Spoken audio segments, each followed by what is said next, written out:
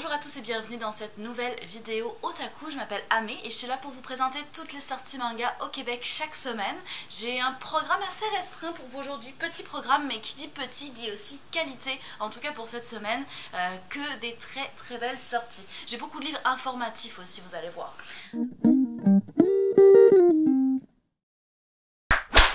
Alors je vais commencer par vous présenter la nouvelle série de Natsumi Aida qui est Analog Drop. Alors Natsumi Aida, pour ceux qui n'auraient pas reconnu le nom de l'auteur, c'est l'auteur de Switch Girl, de Ugly Princess notamment. Évidemment Switch Girl est son plus gros succès, c'est quand même elle qui a réinventé le shoujo en inventant cette héroïne réaliste comme on l'appelle, cette héroïne avec ses qualités et surtout ses défauts. Et dans Analog Drop on retrouve cette héroïne qui est plutôt détestable finalement, avec un côté science-fiction qui est super appréciable et comme vous allez voir un côté retour en arrière très nostalgique. Alors, on suit une jeune fille qui est très jolie, très bien soignée, au fait de la mode, etc. Mais qui est très imbue d'elle-même. Et puis, donc elle est tout le temps sur les réseaux sociaux, tout le temps en train de poster des photos d'elle, ça marche super bien. Mais bon, ça, à la limite, c'est son choix, je veux dire. Le problème de ça, c'est que en plus d'être énormément égocentrique, elle est très à l'argent.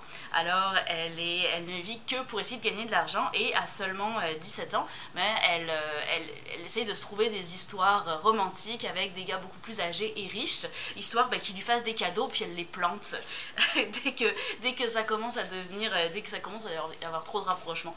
Alors elle vit comme ça en fait au crochet de ces pauvres gars-là de qui elle brise le cœur, et elle passe sa vie entière à mentir.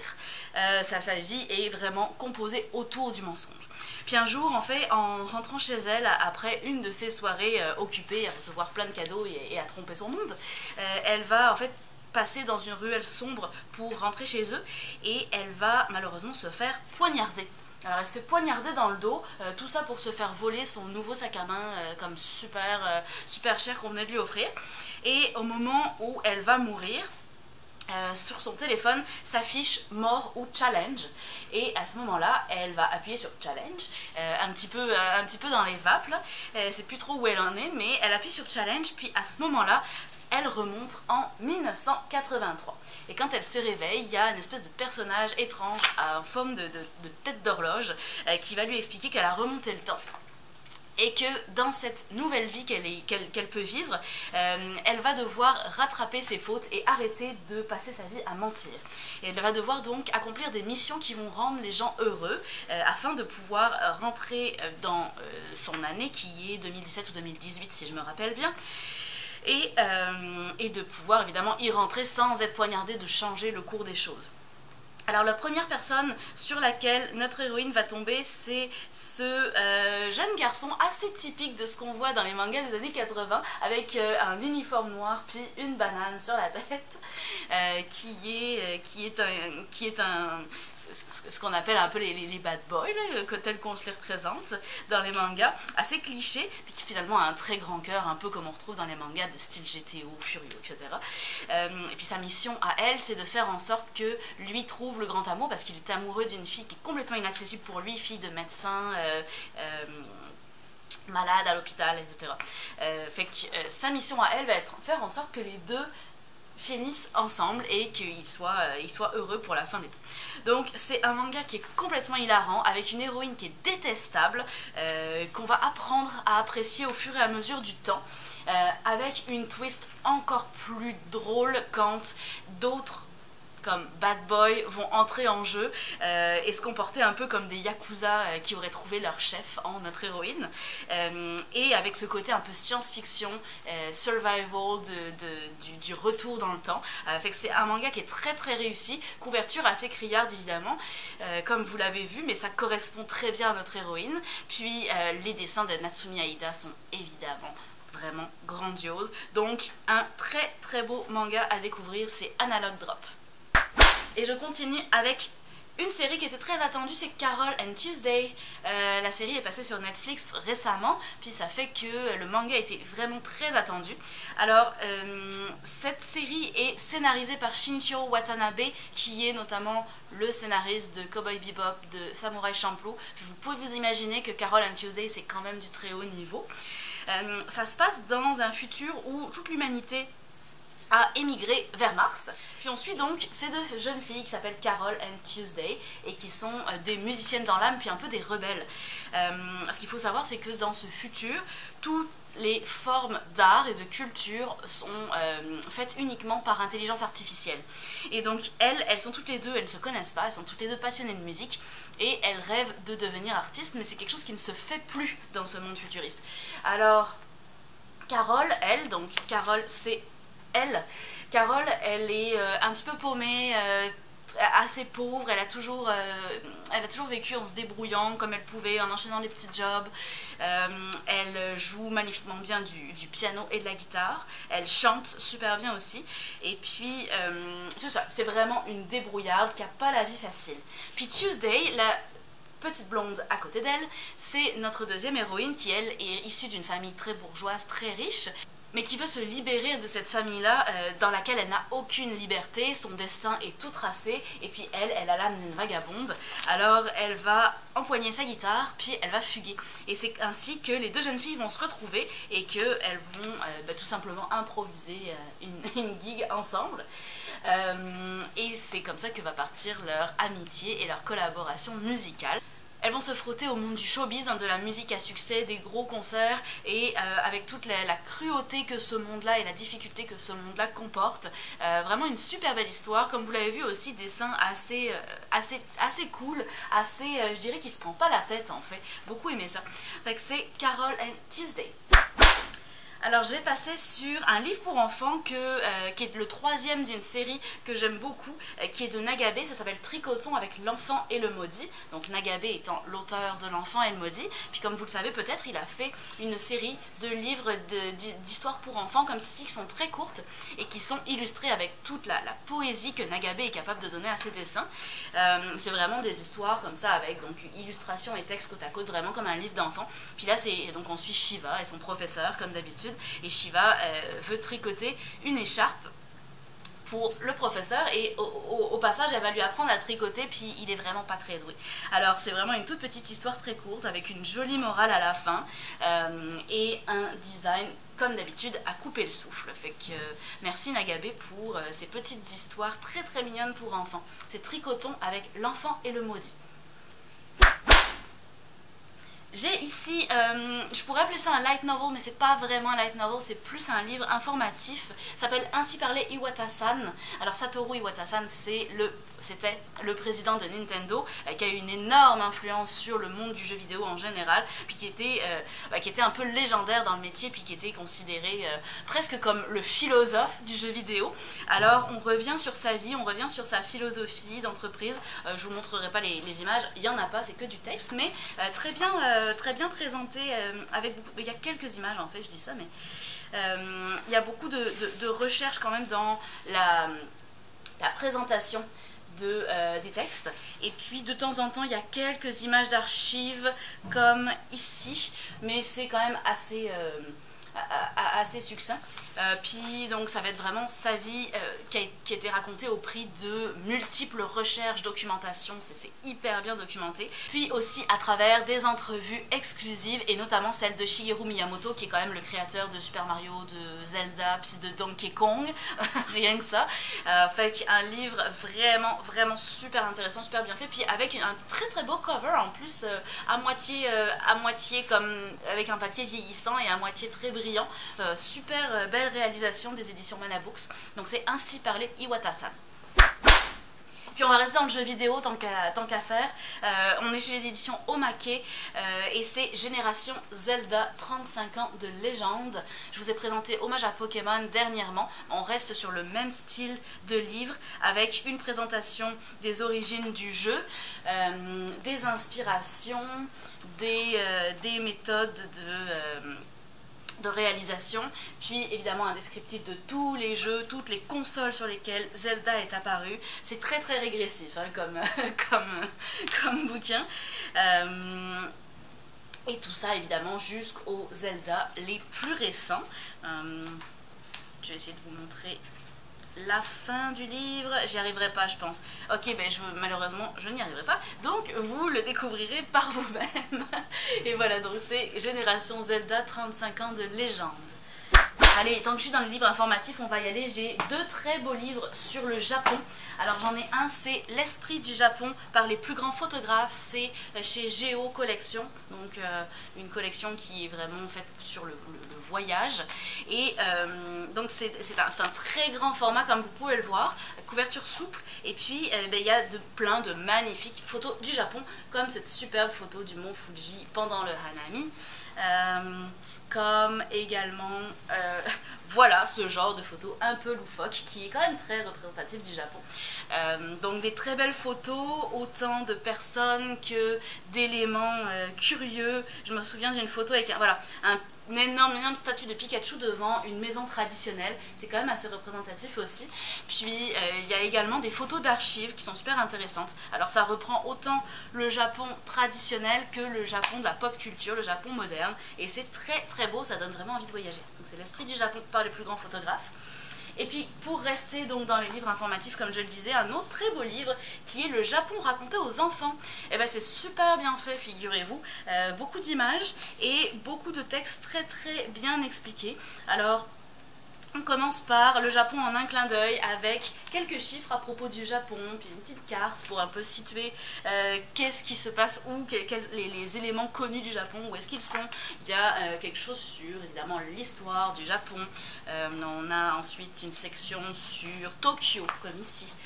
Sur les différentes villes, sur les différentes choses à aller voir quand vous y serez, sur les paysages plus naturels, les risques aussi naturels que comporte le Japon. Puis évidemment tout ce qui est pop culture, hein, on n'y coupera pas, c'est ça qu'on aime là malgré tout. Donc le sport, les mangas, les animes, les parcs d'attractions. J'ai vu un parc d'attractions magnifique que j'avais jamais vu auparavant. Bref, donc c'est Le Japon raconté aux enfants et c'est un très très beau livre avec le fameux carrefour de Shibuya à l'arrière. Et pour terminer, avant de reprendre sur les mangas, j'ai un nouveau petit livre d'origami, mais c'est un origami plus facile pour les enfants, donc ça s'appelle Origami Facile, hein, tout simplement. 60 feuilles détachables à plier, et en fait ce qui est le fun, c'est que vous aurez les modèles, mais vous aurez aussi en fait les plis qui sont déjà dessinés sur les papiers, comme ça rend les choses plus faciles à plier pour les enfants. Puis il y a déjà du design, donc ça donne des origamis qui sont super cute, avec des petits animaux très cute. Je viens de le dire, mais c'est ça. Donc c'est origami. Oh, origami facile. Et je reprends avec un autre manga qui est plutôt original, on va dire. Alors ça s'appelle Ranyanya et moi. Ranyanya et moi, c'est un manga, quand je dis qu'il y a des mangas sur tous les sujets et pour tous les goûts, encore une fois je vais le prouver aujourd'hui, c'est donc un manga sur les menstruations féminines. Alors c'est très spécifique à dire, mais et puis l'autre chose qui est très spécifique, c'est que c'est écrit par Ken Koyama, qui est un homme. Fait que c'est comme bizarre à dire, mais c'est très bien fait. Écoutez, ça me tentait pas là, de lire ça, franchement ça me tentait pas, mais c'est vraiment excellent, je me suis éclatée en fait. Alors c'est plein de petites histoires courtes où on suit Ranyanya, donc ce personnage qui, disons, personnifie les règles, et des femmes qui vont subir les foudres de Ranyanya. Quand Ranyanya arrive, elle arrive toujours à l'improviste, elle passe son nez par la porte, et même si on ne veut pas la laisser entrer, elle entre de force, et puis elle se met à foutre des coups à tout ce qui bouge et à vous mettre KO, à vous pomper du sang, etc. Fait que c'est vraiment une vision très humoristique des femmes pendant leurs règles. On va voir que les hommes vont en faire les frais aussi. Parce qu'on va voir évidemment l'impact que ça a sur l'entourage de ces femmes-là. Alors il y a une dessinatrice de manga, il y a une étudiante, il y a une jeune fille qui se trouve très laide et qui va peut-être trouver l'amour. Il y a une super héroïne, il y a une geisha. Et on découvre d'ailleurs comment ça se passait à l'époque. Ça c'est toujours une grande question, on n'y pense jamais, mais le jour où on se met à y penser, on fait ok, mais comment elle faisait à l'époque? Fait que là on voit comment ça se passait à l'époque au Japon. Donc tout ça pour dire que c'est un sujet qui est pas très inspirant à la base, mais que finalement on s'amuse beaucoup, comme dans beaucoup de comédies qui parodient des instants de la vie de tous les jours. On s'y retrouve toutes, ça c'est évident, tous, peut-être, je ne saurais pas dire et je ne me mettrai pas à la place des gars, mais en tout cas vraiment je me suis bien éclatée. Donc c'est Ragnagna et moi. Étonnamment c'est une série et pas un one shot, ça c'est un peu plus dur. J'attends de voir le tome 2. Et mon dernier manga de la semaine était très attendu également, c'est Burn the Witch par Tite Kubo, l'auteur de Bleach. Alors évidemment très attendu, en plus il a été retardé. Le design du manga est absolument magnifique. Alors déjà on a un bandeau promotionnel ici, si on l'enlève on retrouve le design complet du livre qui commence par Don't judge a book by his cover. Et pourtant, le cover est vraiment magnifique sur Burn the Witch. Il y a vraiment un très beau travail qui a été fait de la part de Glénat. Et même si on enlève la jaquette du dessus, on se retrouve avec quelque chose d'exceptionnellement bien travaillé à l'arrière. Voilà. Fait que vraiment un très beau livre. Alors je ne remettrai pas la jaquette tout de suite. Vous avez également un poster détachable qui se trouve en première page. Et une deuxième de couverture qui est vraiment très belle. Fait que bref. Très beau travail de la part de l'éditeur Glénat sur Burn the Witch. Alors, Burn the Witch est un petit peu, pourrait être considéré comme un spin-off de Bleach, pourrait être prise à part également. En tout cas, ça se passe dans l'univers de Bleach, mais complètement à part. On va suivre une branche de la Soul Society, mais une branche occidentale, puisque ça se passe à Londres. Donc si vous n'avez pas lu Bleach, c'est pas un problème, vous pouvez très bien apprécier Burn the Witch de toute manière. Puis honnêtement, c'est un manga qui est très abouti. Donc il existe un verso Londres qui serait inconnu des humains normaux et dans lequel les dragons sont omniprésents dans la vie de tous les jours mais peuvent basculer du côté obscur très facilement et devenir des Dark Dragons. On va suivre deux jeunes filles, Noël et Nini, qui font partie d'une agence qui va rechercher ces dragons, ces dragons qui ont basculé du côté obscur afin de les éliminer. L'autre problème, c'est que quand un humain a été en contact rapproché avec un dragon, à ce moment-là, il se peut que toutes ces émotions négatives soient transmises aux dragons et c'est ça qui fait en sorte que les dragons deviennent des Dark Dragons. Alors souvent on dit qu'ils ont été endragonnés puis ces humains sont promis à la peine capitale. Donc on les recherche pour les éliminer. Alors ça va être le cas de notre héros qui est plus ou moins notre héros. C'est très drôle parce que les rôles sont vraiment inversés. C'est un jeune homme qui est un petit peu pervers, un petit peu lubrique, puis qui ne vit que pour voir la culotte de Noël. Très cliché manga, on s'entend, mais comme sorti d'un lointain passé, on dirait que Tite Kubo veut retourner à ses premières racines. Et puis bon bah c'est un garçon bien normal à part ça, mais il est assez faible. Et puis il a surtout un faible pour les animaux très mignons comme cette charmante petite boule de poils qui s'appelle Sushi. Elle fait partie, sans que lui le sache, de la brigade d'élimination des dragons.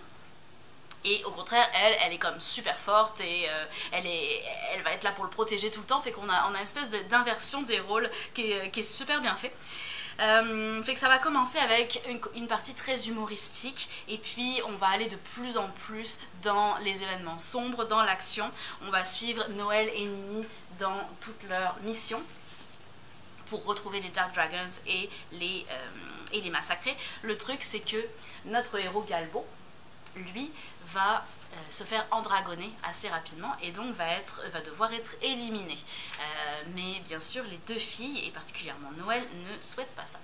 Alors, très bien maîtrisé comme œuvre. On peut aimer Bleach ou ne pas aimer Bleach, on peut ne pas aimer la fin de Bleach, je sais que c'est le cas pour la plupart d'entre vous, mais honnêtement, on sent vraiment l'auteur d'expérience sur Burn the Witch. On sent qu'il s'est fait plaisir aussi. D'ailleurs, il commence sur la jaquette. Il commence en disant pendant des années, j'ai rêvé d'une existence où je pourrais dessiner un manga à mon rythme. Et aujourd'hui, je suis en train de la vivre. C'est le top du top. C'est écrit sur le petit retour de jaquette ici. Alors, on sent que Tite Kubo s'éclate, puis ça fait plaisir parce que c'est vraiment très réussi, autant au niveau du scénario que de la maîtrise et de la fluidité du scénario, que des dessins qui sont magnifiques, que des personnages qui sont tous très charismatiques. Fait que bref, j'ai beaucoup aimé Burn the Witch. Et c'est donc ce qui conclut ma vidéo de la semaine. Alors si je devais élire mon top et mon flop cette semaine, ben, je n'ai pas de flop, j'ai vraiment aimé toutes mes lectures. Puis si on résume, finalement j'ai présenté overall 4 mangas, puis ces 4 vont faire partie de mon top. Fait que Burn the Witch de Tite Kubo, vraiment comme je l'ai dit, un manga fait par un auteur d'expérience qui sait ce qu'il fait et qui nous emmène très très loin. Analog Drop, même chose, on sent l'expérience de Natsumi Aida derrière ce manga avec une héroïne originale, un développement original et qui nous fait rire aux éclats. Ranyanya et moi, comme je l'ai dit, un sujet qu'on voit pas tous les jours, puis qui est extrêmement bien traité, qui n'est pas lourd du tout et qui nous permet de comprendre plein de choses finalement.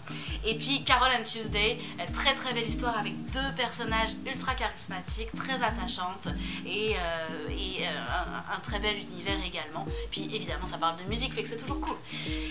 Alors comme je disais, tous mes mangas sont des tops, très très belle semaine, même si c'était une petite semaine. Alors merci beaucoup pour votre attention, on se retrouve la semaine prochaine pour plus de nouveautés manga. En attendant, n'hésitez pas à commenter, à liker cette vidéo et à vous abonner à notre chaîne YouTube. A bientôt, salut!